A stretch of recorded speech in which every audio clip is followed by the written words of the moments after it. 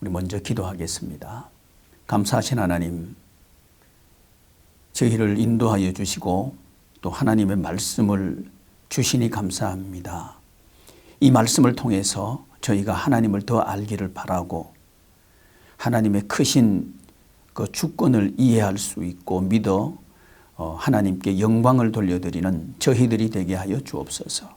예수님의 이름으로 기도드리옵나이다. 아멘. 우리는 야곱의 족보에 대해서 지금까지 살펴보고 있었습니다. 46장과 47장은 드디어 야곱의 아들 요셉에게 주신 꿈을 우리 하나님께서 성취하신 장면, 그 말씀을 기록하고 있는 성경입니다. 야곱의 족보라고 시작한 이 족보가 실은 요셉의 이야기로 점철되어 있는 것을 우리가 확인은 했고요. 그런데 오늘 본문 말씀 46장을 시작하면서 이스라엘이 하고 드디어 족보의 주인공 야곱의 이름을 이스라엘로 이렇게 하나님께서는 부르고 계십니다. 그런데 이 야곱이 자신의 일생을 한마디로 정리한 성경이 47장 9절에 나와 있는데 이렇게 기록되어 있습니다. 야곱이 바로에게 아뢰되 내 나그네 길의 세월이 130년입니다. 내 나이가 얼마 되지 못하니 우리 조상들의 나그네 길의 연조에 미치지 못하나 험악한 세월을 보내었나이다. 야곱은 자신의 일생을 험악한 세월이다, 이렇게 한마디로 정리하고 있고 또 그 성격에 대해서는 나그네다, 이렇게 고백하고 있었습니다. 이 야곱의 일생 스스로 평생을 돌아보면서 저는 참 험악하게 살았습니다, 이렇게 하고 끝나버리면 참 공허하고 허무한 일생을 살았다, 이렇게 이야기할 수밖에 없을 겁니다. 그런데 본문을 자세히 살펴보면 본문 속에는 놀라운 하나님의 은혜로운 주권이 숨어 있음을 발견합니다.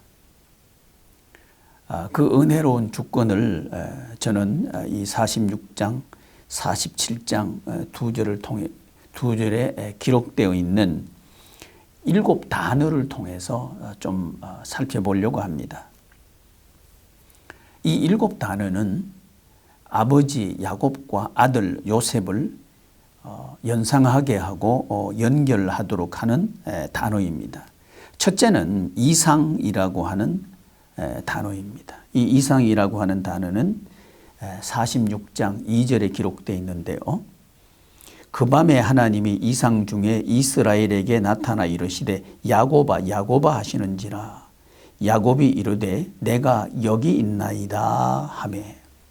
이상 중에 하나님께서 그 당시에는 말씀을 하실 때 꿈으로 또는 환상으로 그리고 본문에 기록된 이상으로 말씀을 하시곤 했습니다.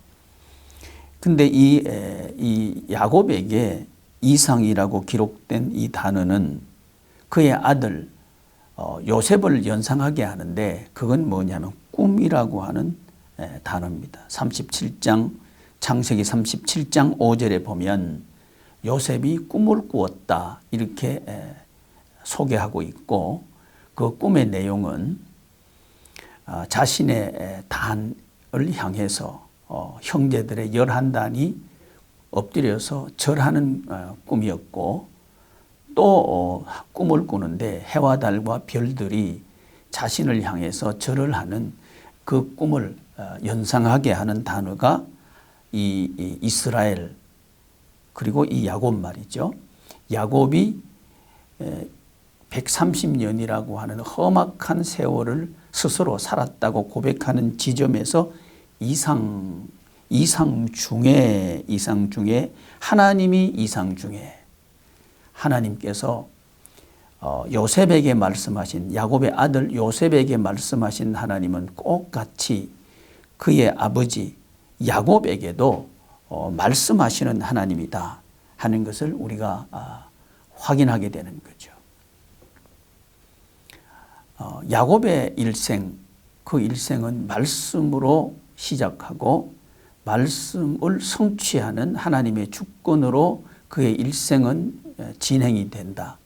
마찬가지로 이상, 이 야곱에게 하나님이 이상 중에 말씀하시는데 이스라엘아 야곱아 야곱아 이렇게 하시는데 이 장면은 창세기 21장 11절을 또 기억나게 합니다.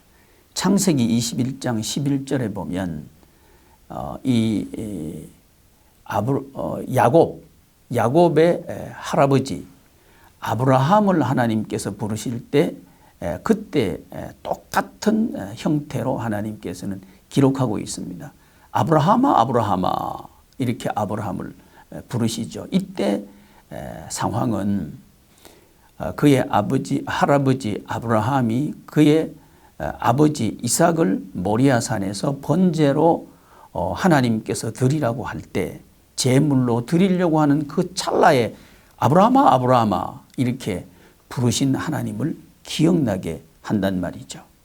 자, 아들을 기억나게 하시는 하나님.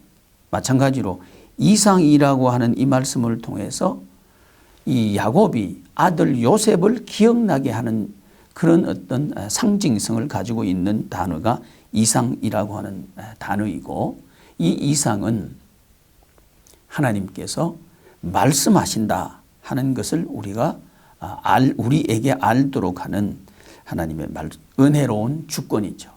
하나님께서 이 이스라엘에게 야곱에게 말씀하실 이유가 없습니다.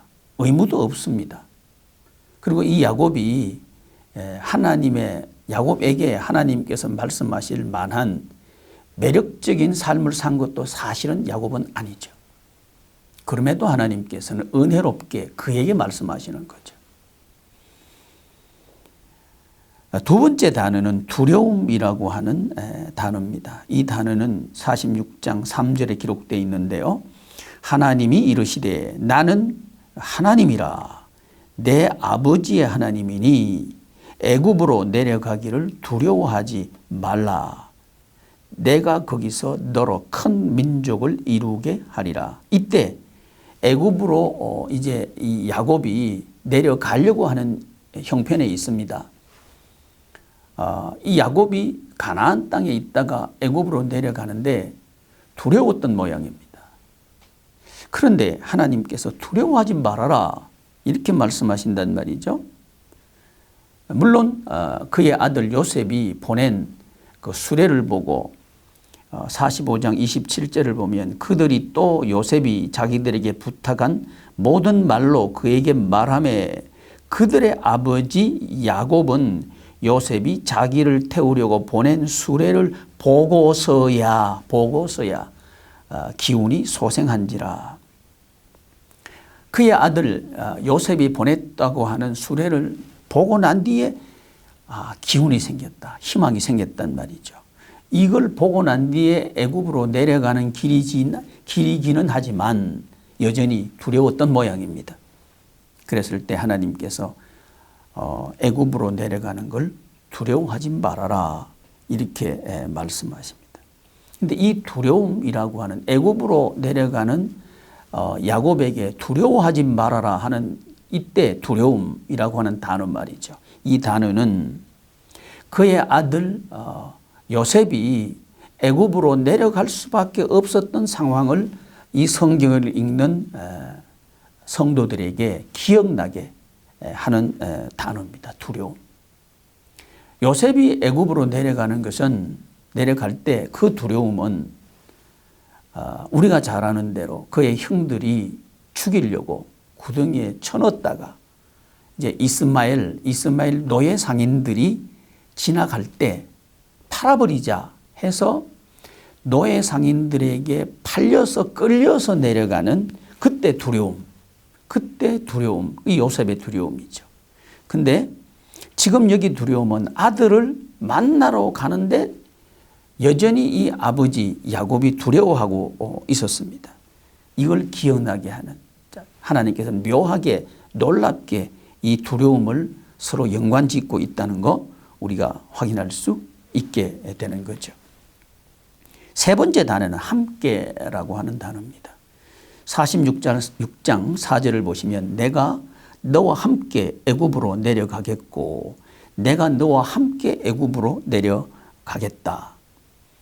우리 하나님께서는 야곱에게 함께 가시겠다고 말합니다. 그런데 이 함께라고 하는 단어는 애굽의 노예로 팔려간 아들, 야곱의 아들 요셉의 함께를 생각나게 하는데 그건 뭐냐 하면 이 요셉이 노예로 팔려서 이제 보디발이라고 하는 애굽 파라오의 친위 대장, 실권자인 보디발의 집에 노예로 팔려갑니다. 팔려가는데 그때 보디발의 입으로 이 요셉을 보고 그는 하나님께서 함께 계신다. 그의 주인이 여호와께서 그와 함께 계심을 보았다 할 때 쓴 단어가 함께라고 하는 단어죠. 여호와께서 함께 계신다. 아들 요셉과 함께 하시는 하나님, 그 하나님은 이 야곱에게 내가 너와 함께 하겠다 이렇게 안심을 시키면서 말씀하시는 단어 함께. 그리고 네 번째 단어는 수레라고 하는 단어입니다. 5절 말씀을 보시면 46장 5절입니다. 야곱이 브엘세바에서 떠날 새 이스라엘의 아들들이 바로가 그를 태우려고 보낸 수레에 자기들의 아버지 야곱과 자기들의 처자들을 태우고 수레. 자, 이 수레는 창세기 37장 28절에 기록된 이 요셉이 노예로 끌려갈 때 수레를 연상하게 합니다. 이스마엘 상인들은 이제 수레에다가 그들이 팔 물건들을 거기다 싣고 다녔거든요. 뭐 향품, 유향 이런 그런 물건들을 싣고 장사로 다니는데 그 장사로 다니는 사람들의 수레를 생각나게 하는 단어가 바로 이 수레. 아들이 아버지를 태우려고 보낸 수레에 이제 아들들이 그의 요셉에게는 형제들이죠. 아들들이 그의 아버지 야곱을 태우고 자기 처자들을 태우고 자, 이 형제들은 요셉을 노예로 팔아버린 수레입니다. 그런데 우리 하나님께서는 하나님의 은혜로운 주권은 요셉이 총리가 되게 하셨고 그 총리 요셉이 보낸 수레에 그를 죽이려고 했던 그리고 노예로 팔아버린 그 형제들의 처와 자식들 그리고 형제들 그리고 그의 아버지들을 태우게 하시는 은혜로운 주권의 하나님, 그 주권의 하나님을 우리는 이 수레라고 하는 단어 속에서 찾을 수 있게 되는 거죠. 그리고 다섯 번째 단어는 죽음이라고 하는 단어입니다. 이 죽음이라고 하는 단어는 46장 창세기 30절에 나와 있습니다. 이스라엘이 요셉에게 이르되 내가 지금까지 살아있고 내가 내 얼굴을 보았으니 지금 죽어도 족하도다. 지금 죽어도 족하도다. 얼마나 감격스럽고 환희에 찬 죽음입니까? 그런데 이 죽음이라고 하는 단어를 이 접할 때 우리는 창세기 37장 35절 이 5절에 나타나 있는 죽음을 생각하지 않을 수가 없습니다. 이때 죽음은 뭐냐 하면 이제 야곱이 그의 아들들에게 요셉이 악한 짐승에게 물려서 찢겨서 죽었다 하는 이야기를 듣고 그 증표로 가지고 온 요셉의 옷, 그 옷에 묻은 피를 보고는 슬퍼하면서 37장 35절을 보면 슬퍼하며 스올로 내려가는 아들에게로 가리라. 그의 아버지가 그를 위하여 울었더라. 스올로 내려가는 아들 누구죠? 지옥 같은 지옥에 아마 틀림없이 내려갔을 거다. 얼마나 힘들었을까 하면서 스올로 내려가는 아들에게로 가리라 했던 그 죽음. 그 죽음을 우리 하나님께 주권적인 은혜로운 주권은 그 죽음을 바꾸어서 이제 죽어도 조카도다. 이렇게 고백하게 하시는 하나님의 은혜로운 역사하심을 우리는 이 죽음이라고 하는 단어를 통해서 확인하죠. 그리고 여섯 번째는 종이라고 하는 단어입니다. 이 종이라고 하는 단어는 47장 19절에 기록되어 있는데요. 우리가 어찌 우리의 토지와 함께 주의 목전에 죽으리이까 우리 몸과 우리 토지를 먹을 것을 주고 사소서. 우리가 토지와 함께 바로의 종이 되리니 우리에게 종자를 주시면 우리가 살고 죽지 아니하며 토지도 황폐하게 되지 아니하리이다. 할 때 이 종 말이죠. 이 종은 이 종이라고 하는 단어를 우리가 만날 때 39장 1절 보디발이 이스마엘 사람의 손에서 요셉을 사니라. 보디발에게 종으로 팔린 야곱의 아들 요셉, 종된 요셉을 우리는 생각날 수 나게 됩니다. 그런데 이 아들, 종으로 팔려간 아들 요셉이 온 애굽에 있는 사람들을 종으로 삼게 되는 장면을 본문은 기록하고 있습니다. 이것이 은혜로운 주권의 하나님께서 야곱의 아들에게 행하신 하나님의 은혜죠. 그리고 일곱 번째는 청이라고 하는 요청할 때 청 말이죠. 청이라고 하는 단어입니다. 47장 29절에 보시면 이스라엘이 죽을 날이 가까우매 그의 아들 요셉을 불러 그에게 이르되 이제 내가 네게 은혜를 입었거든 청하노니 내 손을 내 허벅지 아래 넣고 인애와 성실함으로 내게 행하여 애굽의 나를 장사하지 아니하도록 하라. 청하노니. 자, 이 아버지가 말이죠. 아들에게 청할 수 있게 하시는 하나님. 그분은 은혜로운 주권의 하나님이셨다 하는 겁니다. 이 청이라고 하는 이 단어를 우리가 만날 때 창세기 45장 9절 그 9절을 우리가 연상하게 됩니다. 그건 뭐냐 하면 요셉이 그 형제들을 만났을 때 형제들에게 요청하는 장면을 생각나게 하는데 그 45장 9절은 이런 내용입니다. 하나님이 나를 애굽 전국의 주로 세우셨으니 내려오사 지체 말고 내게로 오소서. 지체 말고 내게로 오소서 하는 이 요청. 이 요청을 생각나게 한단 말이죠. 은혜로운 하나님께서는 노예로 종으로 팔려온 요셉을 애굽 전국의 주로 세우셨으니까 내려오십시오. 형제들은 이 요셉을 노예로 팔아버렸지만 요셉은 형제들을 청하여서 생명을 보존하게 하고 살도록 하는 그 청을 하게 하시는 하나님, 그 하나님의 은혜로우심은 그 아버지 이제 130년 여기서는 이제 17년을 더 살아서 147세가 된 상황이죠. 이제 천국 갈 때가 임박해서 이 야곱 아버지가 아들에게 요청할 수 있도록 하시는 하나님. 여러분, 그 우리 성도님들이 하나님 나라 가기 전에 그의 후손에게 그의 두고 갈 많은 후손들을 부탁하고 또 마지막을 요청할 수 있는 이 관계는 참 은혜로운 복된 관계입니다. 이 복된 청을 하게 하시는 하나님, 애굽에서 나를 장사하지 아니하도록 하라. 이게 요청의 내용이거든요. 이게 무슨 얘기죠?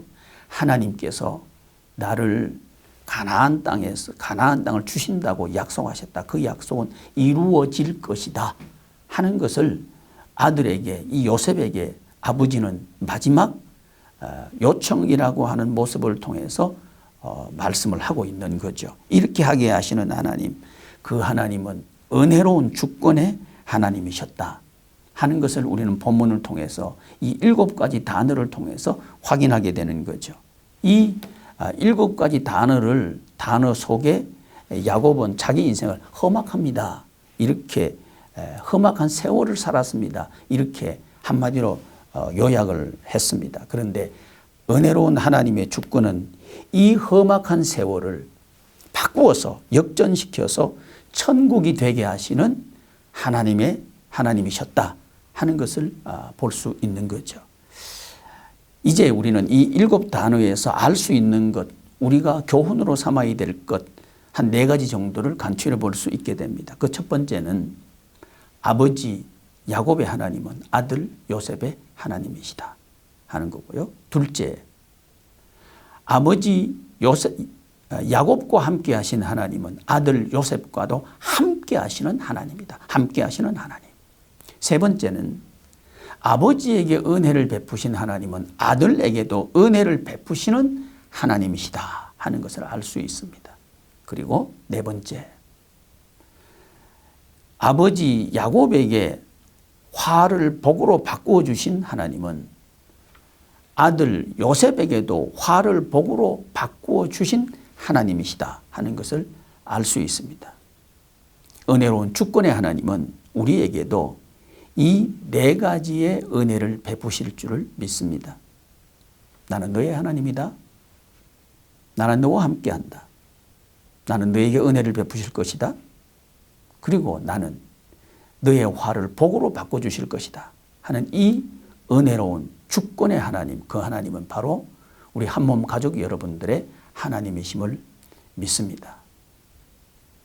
함께해 주셔서 감사합니다. 다음 시간에 또 뵙도록 하겠습니다. 고맙습니다.